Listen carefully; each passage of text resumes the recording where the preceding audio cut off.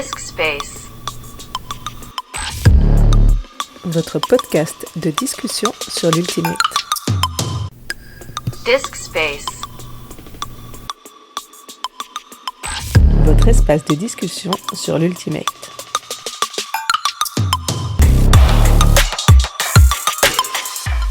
Bonjour, un nouveau jour s'achève à l'autre bout du monde alors que s'ouvre le deuxième épisode de ce Disc Space consacré au championnat du monde en Australie.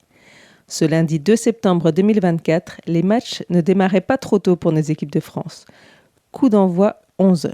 Dans leur série de matchs face aux meilleures équipes du monde, cette fois les féminines avaient droit au Japon.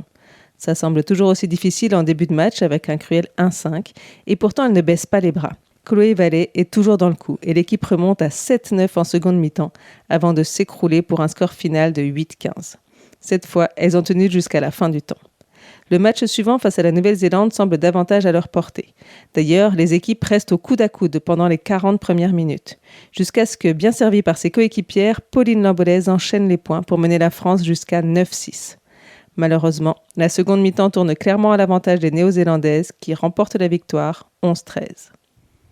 Deux matchs également au programme pour le mixte, et ça commençait par un adversaire de taille, la Colombie. La première mi-temps tourne en faveur des Français, 7-4, mais la Colombie revient très fort pour décrocher l'univers.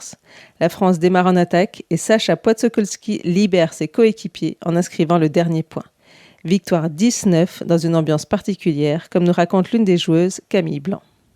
C'était un match très difficile mentalement.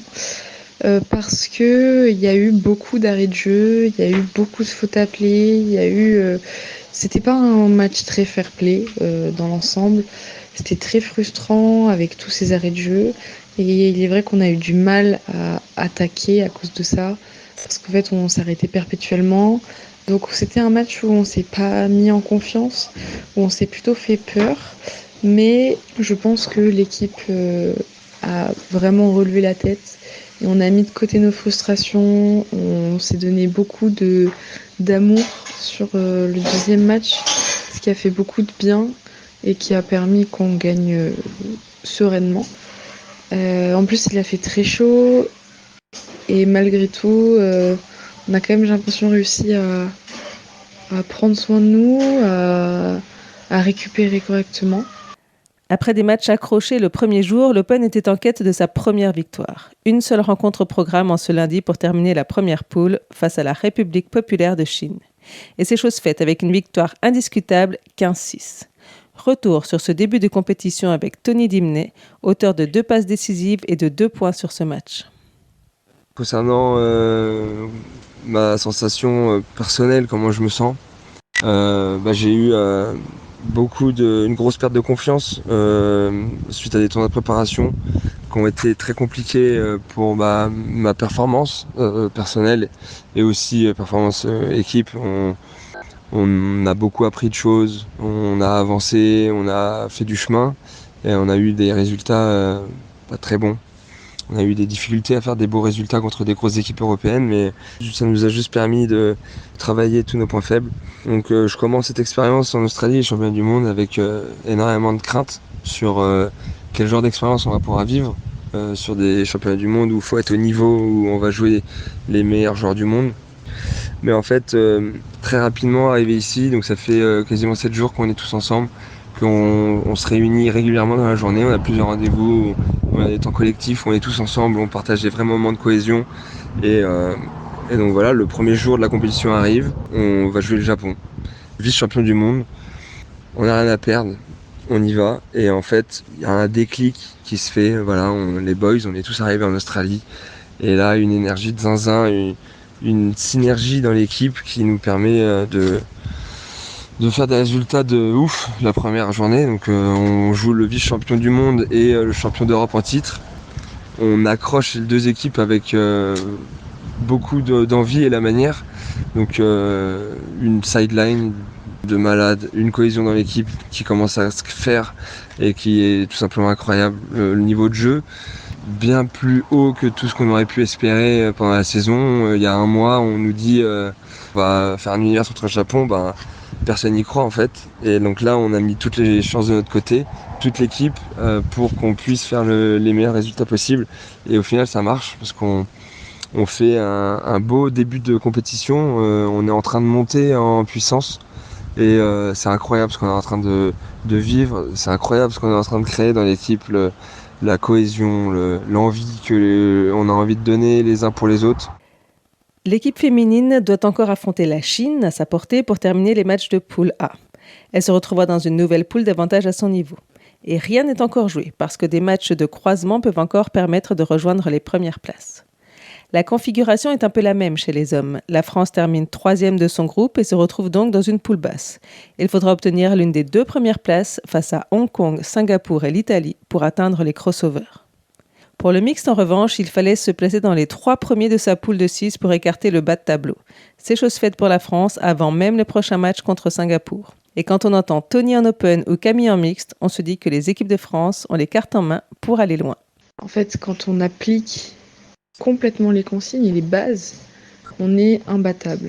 Notre ligne d'offense, quand elle arrive à faire ce qu'elle sait faire, c'est-à-dire appliquer les bases, être bien placée, communiquer, clearer, etc., elle est clairement imbattable. Pour le moment, elle a encore eu un peu de mal à trouver ses marques, mais ça va venir. Et pour le moment, le job qu'ils font est très bon. Et ils vont encore s'améliorer. Quant à nous, je pense que la défense, c'est notre gros point fort. Parce qu'on fait beaucoup de turns, on a vraiment une très bonne défense qui est variée. On arrive à appliquer régulièrement les consignes. Souvent, ça devient un peu plus dur quand justement on manque d'attention. Mais quand on respecte les consignes et qu'on les applique, on fait des turns à chaque fois. On a eu plus de mal au début de saison à convertir, mais plus ça va et mieux on convertit et surtout mieux on est clean, on respecte les placements, on communique énormément, ce qui fait que on sait qui va faire quoi, à quel moment, et on commence à vraiment automatiser des choses qu'on n'avait pas en début de saison, donc c'est une très bonne nouvelle. Et de toute manière là, on est fiers de ce qu'on a fait, même si il y a toujours des choses à corriger. Mais on va corriger encore et encore. Mais en tout cas, moi, je suis très fière de là où je suis, avec qui je suis. Je suis globalement très heureuse d'être entourée de personnes, des personnes que j'ai autour de moi. Moi, je suis très attaché à des moments collectifs, à des moments de cohésion, etc. Et tous les moments qu'on passe ensemble nous rapprochent sur le terrain. Et moi, j'aimerais pas jouer la France pour un crossover parce qu'on est en train vraiment de monter notre niveau à chaque match, à chaque championnat. On est en train de créer des vraies choses dans le groupe, une vie de groupe qui est très intéressante justement pour aller chercher des beaux résultats. Et donc on est tous tellement confiants, mais en même temps on reste ultra lucide, on va mettre l'énergie, on va essayer d'être professionnel, c'est notre mot de la semaine, c'est on veut être des professionnels, c'est-à-dire qu'on va donner l'énergie pour le groupe, pour tout le monde, au moment voulu, au bon moment, et on va se tirer vers le haut. On est en train de passer des moments inoubliables et surtout on se bute les uns pour les autres. Une énergie de zinzin qui est en train de monter à chaque match, tous ensemble. Et en fait, c'est comme ça qu'on va réussir à aller chercher des gros résultats. C'est que tout le monde rentre dans sa zone ensemble en même temps et donner de l'énergie les uns pour les autres. Donc c'est tout simplement incroyable. On est vraiment 25 sangliers prêts à aller retourner des mètres cubes de terre. Et j'ai juste hâte de jouer tous les jours, de jouer pour les potes et de mettre mes potes dans les meilleures conditions possibles pour aller chercher le meilleur résultat au championnat du monde. Catch you later. Disc Space est un podcast de Focus Ultimate France.